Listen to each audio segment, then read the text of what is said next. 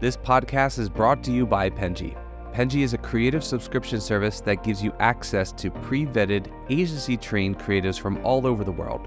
From graphic design to illustrations to social media management and web development, it's all included for one monthly price. It's time to say goodbye to the hassle of searching for top-notch creative talent. With Penji, you get quality and consistency delivered right to your inbox every day, carefully crafted for you by humans. So meet your new creative team today. Head over to penji.co for more and enter the coupon code located within the podcast show notes.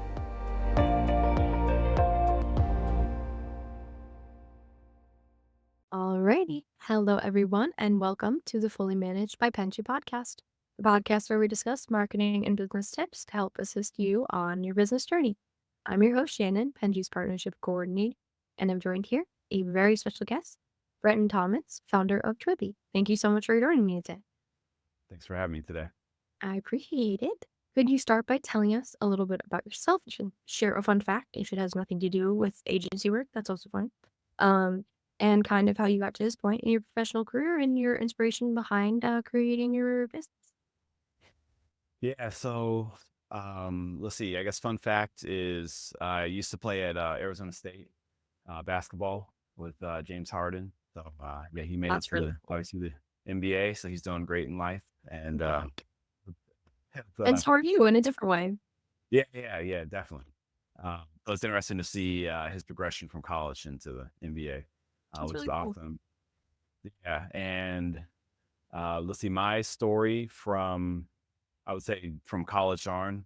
So went to school, got my MBA, and then worked a number of different corporate roles, and wasn't quite feeling satisfied from all the roles that I was working. And then during the pandemic, I had got what I thought was my dream job. I had turned 30 some years ago, and I was super excited about the position. And after about 3 months, they let me go super unexpectedly. And then I spent about an hour, just like really upset, just like calling people, like, what are we doing now? We're done venting. And so I started the company that I have today, founded it, Twibi. And it's been 3 years, almost 4 years actually. And it's been an amazing ride.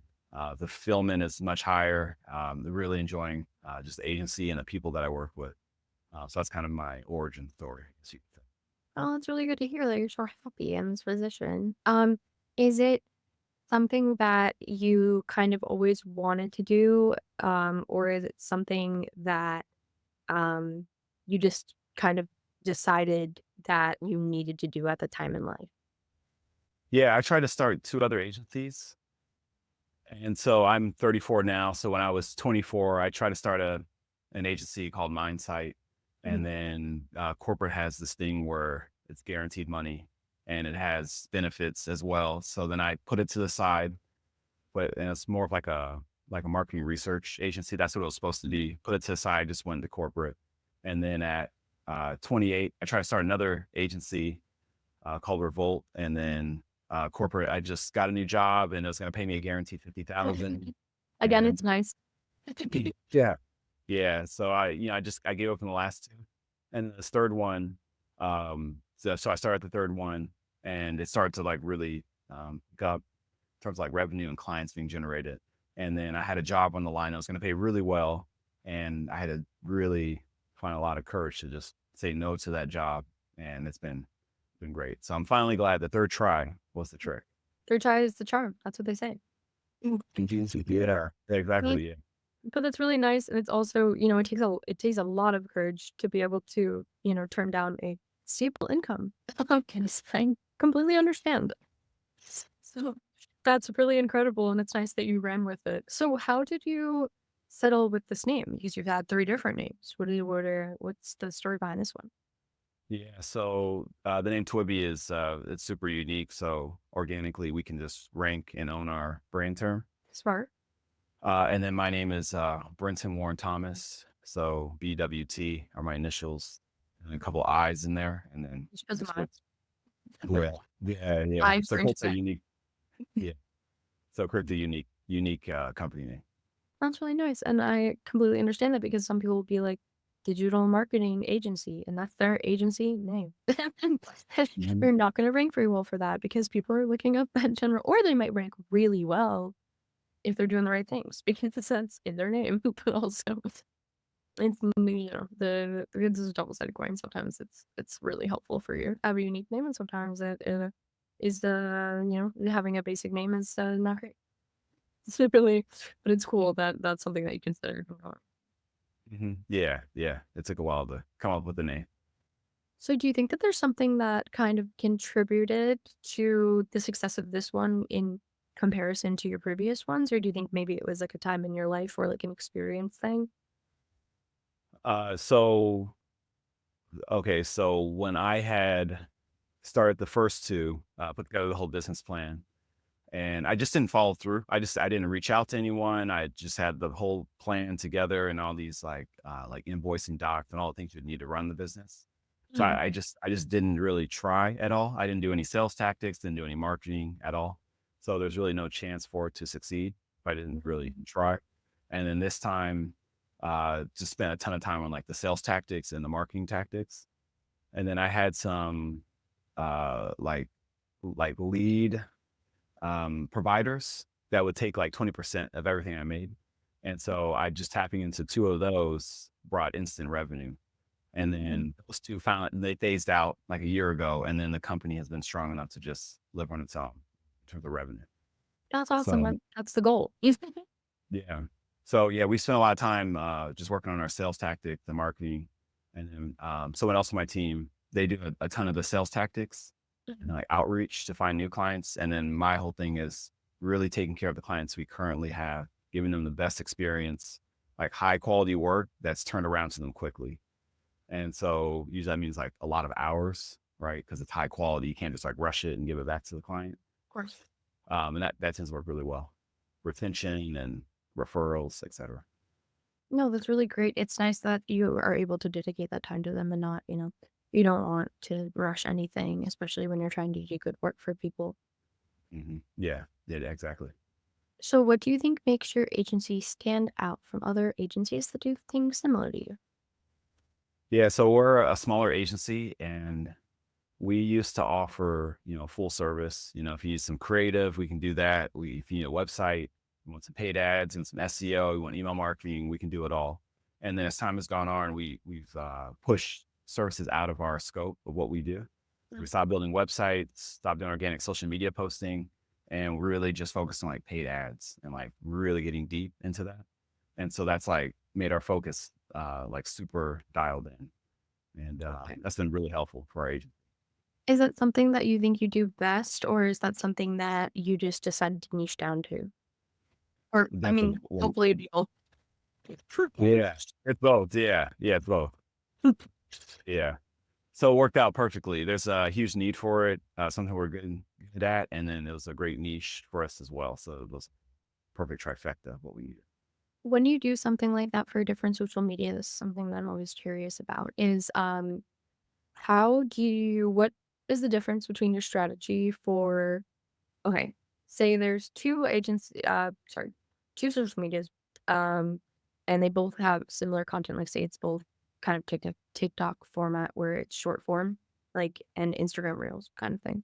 If you're creating an ad for this or an ad campaign for this, do you go about those two things differently, and how are those um, processes kind of different, even though they're the same kind of content? And we say the same kind of content. It's similar because they're in the same industry, basically. Like, Um, Well, it can be the same company, but for two campaigns for different social media. So they're the same kind in the way that they're both short form, but they're different platforms. Does that make sense? same company across multiple platforms. Okay, tailoring the content. So we don't spend a lot of time on like TikTok or Twitter or Pinterest. And not to say that there's not demand there. Mhm. There's definitely demand there, but like really we focus on Facebook ads and Google ads. So throughout the years, we've just done a lot of testing and there's not a lot of like TikTok's algorithm it's not very smart. It's cheap. It's cheaper, the traffic compared to meta ads. But in terms of like getting your return off your ad spend, what we saw was it wasn't generating money. And I also think maybe the audience is a little different. Like, for example, Facebook, a lot of disposable income there, but it's that older demographic. Most of the revenue comes from, Yes. even though your ads will show the Facebook and Instagram at the same time. So pushing out all those channels like TikTok, Pinterest, etc. So really that leaves like Google and Facebook ads. And so really the difference is the slots for writing your ad.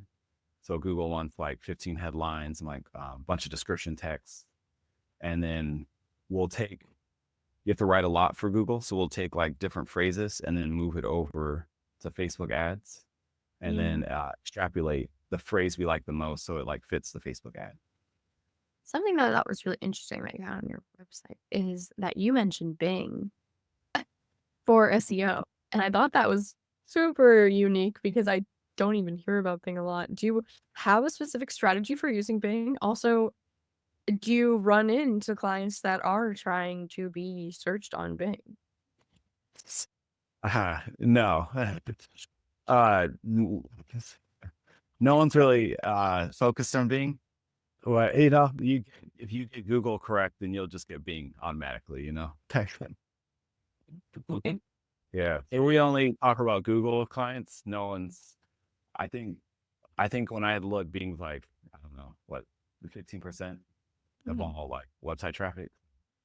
I think Google Chrome was like 65%. So just go for the 65, dial that in, and the 15 will fall in place with Bing. Yeah, I'm sure that they're probably similar. I'm not well versed in SEO around Bing, so I just thought it was very interesting to mention it because I mean, I guess they go hand in hand. They're both search engines and people are still using Bing, which is incredible. It was really doing great. I just thought that was really interesting. Well, the people aren't exclusively coming up to you and asking to be searched on Bing because I would be concerned for them a little. Yeah. Yeah, maybe they haven't heard of Google yet, those people who Yeah, I would be interested to know what box they're living under. well, yeah. What rock they're living under, and that the same thing. But anyway, I just needed to ask about that. Yeah, we want to show that we can cover it all, You so can. No, that's a good thing. And anything, it's kind of, I think that people may look at it and be like, oh, he really knows his stuff. He knows everything because there means that you can also be searched for on Bing. That might be a difficult feat, yeah, his first for sure. So you mentioned that making a business that you work with more successful than their competitors specifically. Do you have somewhat of maybe a policy where you don't work with people within the same industries or competitors of each other to kind of stick with this guarantee kind of thing? Do you know what I'm saying? So we definitely work with others in the same industry, but our process is so like unique to each client, and we don't share obviously like what we're doing with another client with like I guess their competition, quote Yeah, of unquote. course. But by the time we get through like what makes your brand different and how should we speak about the brand and the way you position it on the website and their creative and what's most important to them and what they want to optimize the campaign for, it's like very different. By the time we're done, it takes about a month to do all of our planning before we launch ads. And by the time that month is over, even though we could have, let's say, 2 clients in like the vodka space, by the time we're done, they're so different. The brands are so unique that it's not very similar. And then hopefully they don't compete against each other too much.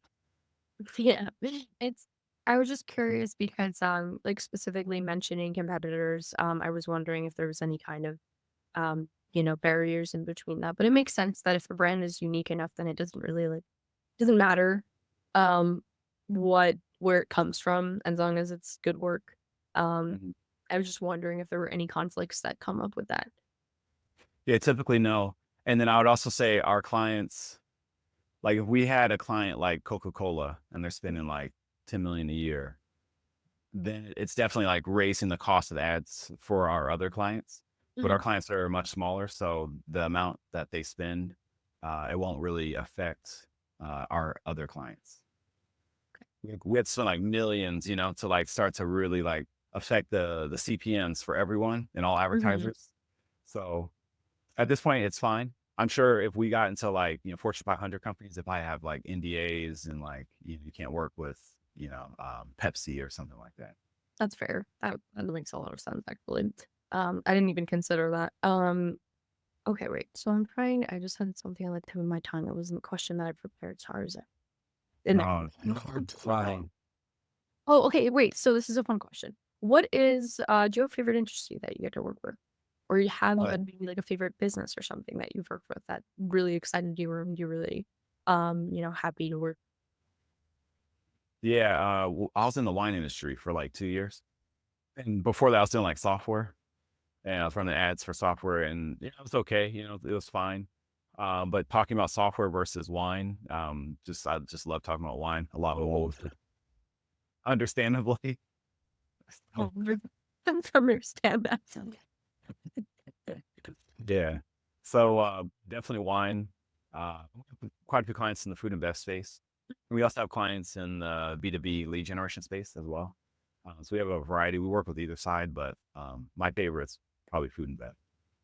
Do you ever find out about new companies that you really like after, doing a campaign with them where you indulge? Oh, yeah. They'll send me their products, and sometimes I do like test orders, and they'll let the test order just make it to my house, and yeah, and then with some good product, yeah. Do you have a least favorite industry to work with? It's so much a least favorite. It's more of like companies that require a lot of education. They're like super specific. Mm-hmm. So like there's one company I was working with that does like the quality of your air in a commercial building, right? Mm-hmm. And it's like so specific, and like at what point do you need, like, how do you even know your air is it needs to be adjusted? Yeah, Um, I wouldn't know that. I mean, if everyone's like breathing differently. yeah, maybe if you get getting sick or something, or Mm-hmm. and then you have someone test the air quality in your corporate office or whatever. Yeah. So that's like really hard to market that because there's like a lot of education that needs to take place first. So it's usually a more difficult sell, but if it's like a straightforward thing, we all know with like, let's say like tax planning or something like that, or like recruiting. We all understand. Like you say the word recruiting, you already automatically know what that's about. Then that's solid. But like some of those like really niche companies are really hard to market. Yeah, I can completely understand that. It's kind of, I think maybe sometimes it can be kind of fun because you get to learn about something new, but I'm sure that maybe learning about air quality isn't, always fun, but also it's good for your health. So it'd be fun because, or it just could be good for you. Everything that's good for you isn't always fun. Yeah. Yeah, it is good for you. Yeah. And it is interesting to learn. There's a lot of like random facts I know. Work with so many About different air. clients. Yeah, air quality, and we had a military client, so learn about different branches of the military. So Oh, yeah, that's really cool. So when you are in those situations, you do they provide you with information to educate you on the craft or the service or the product, whatever it may be, or do you kind of do your own research in order to elevate the campaign? yeah, we'll ask for them to send as much as they can Mhm. about what we're trying to promote, and then we'll go through this. We'll scour the website, right? So we would hope that you build a website that speaks about your brand correctly, and we'll spend a lot of time just like reading through like blog posts and the homepage and how you like what words you use, and then we'll use that to inform like ad copy like that. Do you ever have to have a hard conversation with a client that they're not conveying their business on their website? Mhm. Oh yeah. It's not a fun conversation. You know, we're critiquing your work basically. Yes, that's hard for people to hear. Yeah. So sometimes before we can run ads, we have to like take a step back and let's really think about like we don't need to redo the whole website. That'd be nice if you did, but let's just work on a nice landing page. Mhm. And on that landing page, it has everything that the person needs to convert. And they don't have to go check out all the other pages on your website that might be a little subpar. And we have a very like dialed in like set of steps that takes the person into checkout or whatever form submission or whatever you're trying to accomplish. That's smart, and it's nice because even though you are doing a service for them, it still is time consuming for both of you to have to revamp an entire website. So to be able to do it in the most efficient way is probably extremely helpful in that situation. Um, I'm sure that, obviously landing pages are one of the most important things for engagement and, signing on for sales. But it's nice to realize what you need to tweak in the best way in order to have that traffic. Yeah. And we want a long-term relationship with our clients. So it doesn't do us any good for us to say, let's just run ads. We'll start charging you. And we don't really build landing pages. So we actually have to refer you out to someone else. Someone else will then build a landing page and we get started later. But we hope that we can have a longer relationship because you're getting a return on your money. So if we can just wait a couple months, it doesn't really help us because we have to wait before we can close on the client. You go get your landing page done, come back to us, and we can have a longer relationship. That's really nice. And it's also good to have those connections that you can trust to be able to, give them over and ensure that they'll come back to you. Because I'm sure if you recommended them to a horrible landing page guy, they're not going to want to working with you. Definitely. Yeah, it's hard to get good connections, like people who do really good work that you want to refer people to. It takes many years to find great people that care about their work and they do it like timely and et cetera. Yeah, and care about their clients inside. It's very, a lot of people will just bust things out, and it's nice to know that they're doing good work for the right reasons, and they're not just doing it to make some money, and it's good to be able to refer someone to someone that's just like you. Yeah, and this whole thing is like so relationship based. Like one amazing relationship branches out into all these other referrals and upsells and all these amazing things happen off of like one amazing relationship. So like really take care of the client. Like, are you happy? Like, how do you feel about the way things are headed? Like checking in, like providing the best possible service is like so important. That's why the referral system is so important with agency work specifically. It's if you love having a client, and hopefully everyone that they work with is also just as nice and fun to work with as them. So it's not only great for you to keep those relationships, but it's also, it's important for them. Like the same thing that I said before is that they're not gonna want to recommend a friend to someone that doesn't do good work for them because, obviously that looks bad on you. It's like recommending a person to a job that is not good at that job. Then you look bad because they're like, oh, well, this person does good work. Why are they friends with that guy? Yeah. Yeah. That's true. Yeah. It makes us look bad if we refer the wrong people out. Yeah, exactly. Like, I don't want to come back to you because of that experience. And said, why does this guy trust him? Should I trust him now? Or but yeah, no, I think that's incredibly important. And it's nice to know that you have those connections. Is it something that did you form partnerships or I guess just general business relations over the course of your time before having this agency and kind of have these in your back pocket? Or is this something that you kind of sought out when you realized that you weren't doing those services? Yeah, that's a great question. Okay. On the corporate side, there's people that you run into, like your coworkers, who can do a certain job. But then on the agency side, once I crossed over, I've realized that if someone has a full-time job, their main priority is not the little side gig that they're doing to help you. So they take a long time to like finish certain things. And it's just not their focus. So really I had to reset all of my contacts, really had to start from zero and like find other consultants or agency owners. And that's their main thing is providing good client work and not, I have a corporate job that takes up, a third of my mind space or bandwidth of life, Yeah. so it took a while. So it's been almost 4 years and just like collecting people. And sometimes I find someone who's like amazing in terms of what they do, but they're super slow. I like what they do. It's like, and then the client's getting impatient. Or you might find someone who's not as skilled, but they're really fast, and the work's a little sloppy. And it's like, the combination's not quite right. So it takes a while to find the right partners.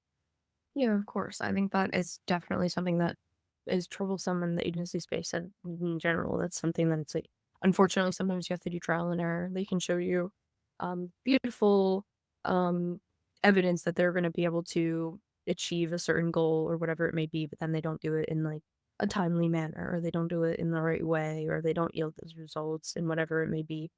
Um, I think it is really important to find that like sweet spot person that not only you can refer people to, but also that you can work with. So yeah, that's definitely an important thing to keep in mind, and those attributes are an important thing to keep in mind. And I think that a lot of people don't plan for those things to happen or to realize that that's how it's working. It's nice also that you made an adjustment because, of course, I think that everyone wants to recommend their friends because they know they do good work, but it's important to also have the mindset of keeping the clients that you're referring in mind of that, they need to devote time to these people. And, if it's not their number one priority, then it's clearly not going to be the same relationship that, someone who can prioritize them will have. Yeah, yeah, and referring friends. For most part, I just keep friends out of it. Like friendship and business, I just keep it separate. Even if they could, do the gig correctly, I just want to keep our friendship together and intact. So I just keep business away from friendship.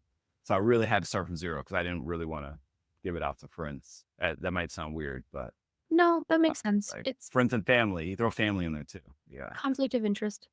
It's difficult. And, if you can't really, yeah, I don't know. Yeah, no, you can't cut a friend off because they did bad work with the client. Anyway, Yeah. you can, but that sounds horrible. And Yeah. not putting yourself in those situations is probably the best case scenario. Yeah, definitely. Definitely. Yeah. I hear the horror stories of business partners, friends turned business partners, and no longer are they friends. Yeah. It's just not worth it. The risk and reward. Yeah. Just keep it all separate and you keep all your friends. Yeah, and you can have business partners that are like friendly acquaintances, and that's still nice. Yeah. Good relationships with people in business is still nice too. They don't have to be able to go out to eat with them if you don't want to. People with their maintain that kind of relationship, you can just have nice conversations and maintaining time. Those are good relationships too. Exactly. Yeah. So it's time for a game. I didn't warn you about the game in advance. I apologize. But it's just standard get you on your toes. It is something. Some of it's marketing related. Some of it's just absurd questions that I came up with, and I like to ask people. Yeah. Okay. I'm gonna ask you something. Okay, first one. It's like rapid fire. Rapid fire. Yes, yes. But if you have an explanation, I like the explanation, so it's okay if you're just okay. First one. This is more marketing-ish. Bad press or no press at all. What's worse? I would say we'll say bad press is worse, but it depends on what you do. So if you're like a celebrity, I think bad press can actually be like pretty good for you. Depends on what your brand is as a celebrity. But for my case, I'd probably go with no press is better. Yeah, of course. You can always find people that need things without press. But one bad thing, it's really hard. One bad review, the amount of reviews that you need to do to get back to a certain point, very difficult. I see that. I see that on people's review sites where they're they get one bad review and then they have 10 AI reviews after it, and you're like, oh, this is how it's running. Yeah. We on Google Google My Business or whatever for our agency. We got all these 5-star reviews, got like 15 of them. And then we got a random 1-star. And I go to look to see who the person is. And I'm like, we've never worked with you. How's this possible? And so I told the person, like, please take the review off because it takes from a 5 to a 4.7 off that Yeah, one. it's dramatic, especially when you're starting too. Yeah. So trying to get it down, Google's not really helping us. So it just kind of sucks that like random people you've never met can leave you reviews. That shouldn't be allowed. I constantly say that I think there should be some kind of legal things in place for reviews specifically. One, because I hate AI reviews and a lot of people cannot recognize them. Because I read them constantly, I can very easily recognize when something is not a real person, but a lot of people can't. And I think it's bonkers that some people can do comments. Like, it should be allowed. Like, what's the point of reviews if anyone can ever lie? That makes me so upset. And I didn't even know. I didn't even know until a certain point in my life that review sites are just BS because people pay that. I did not know that. And I think most people don't know that. You go on a review site because you look at an article and you want to read that article to know more things about it. But it's this person getting paid by that company to write this review about them. And I think that's messed up. Yeah. Well, I found out a couple of years ago that they pay people on Amazon to leave review. Yes. They like send them product and pay them. And it's like, well, that doesn't really make sense for the purpose of the review. It's kind of weird. What is the point of reviews if this is happening? I don't know. Makes me very angry. I think they should put some fail safes in for that. I know Google reviews has some fail safes, but they also, like your problem, they don't have proof of using the product or the service, which is another thing that I actually haven't considered that they should also put into place somehow. Yeah. What they should do is they should have the person confirm that the owner confirms that they know the person first, and then it opens up the review box, and then you can leave whatever you want. Like maybe something like that. I don't know. It's better than any person anywhere in the world can say anything they want. On That's any very true. I also think that if it's a disgruntled person that had a bad time, though, if the owner is approved, I know. Yeah, okay, that's fair. Yeah, that's fair.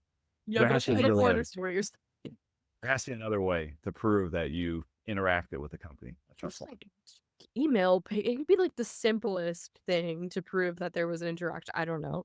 But the screenshot of interacting with them specifically, I think that's a very easy thing. Or like requiring photo evidence for your bad experience. I think maybe sometimes is something that would be helpful, especially like people provide photo evidence for good experiences too. I think like that's not being able to arbitrarily review anything is well, it's seen with the progression of TikTok and cancel culture, and seeing it's one person, it blows up for saying something bad about a business, and then all these people are like, this business owner ate my cat, and they also hit my mother when she came in, and all that stuff. It's like, why are people like, I can't.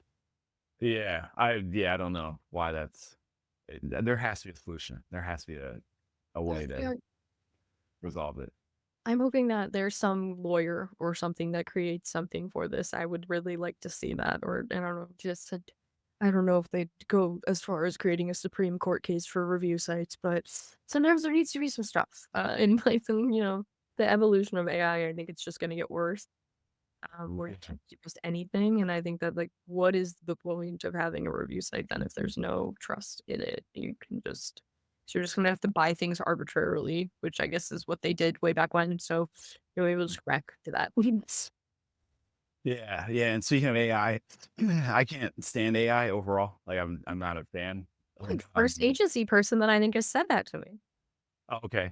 Yeah, I'm sure it's not a popular idea, but like the Google AI overviews, I've seen the Google AI overviews like give you an answer, and then the person who wrote the actual like blog post, it's like a rewrite of it's like plagiarism basically.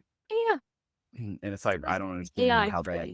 Yeah. Basically, it's plagiarized. It's just moving the words around, and I don't know how that's okay. Like the company that's in first place that wrote that, they took the time out to write that blog post and really put a lot of thought, and had humans writing it.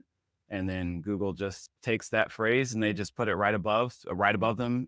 So it's number one, the AI overview, and then they get pushed down and they plagiarize when they That's do very it. So, it's disappointing. No, I think there's an unbelievable amount of problems with the rise of AI. I think also, talking about the Google AI specifically, I've seen this just happened to me yesterday. I was looking up something, just questioning. I just wanted to know about something, and I was just looking for a yes or no answer.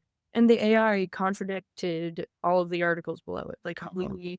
It's not efficient either at this point in time. So it's also, I don't, I think that before putting something out, at least make it more efficient. But at the same time, it's just like, I prefer human-centered approaches for anything. So AI is not something that I really love either. Definitely, was worried about it for a long period of time. I definitely think it is helpful in the tedious things that you might have to do. Or ChatGPT, I didn't use for like the first year.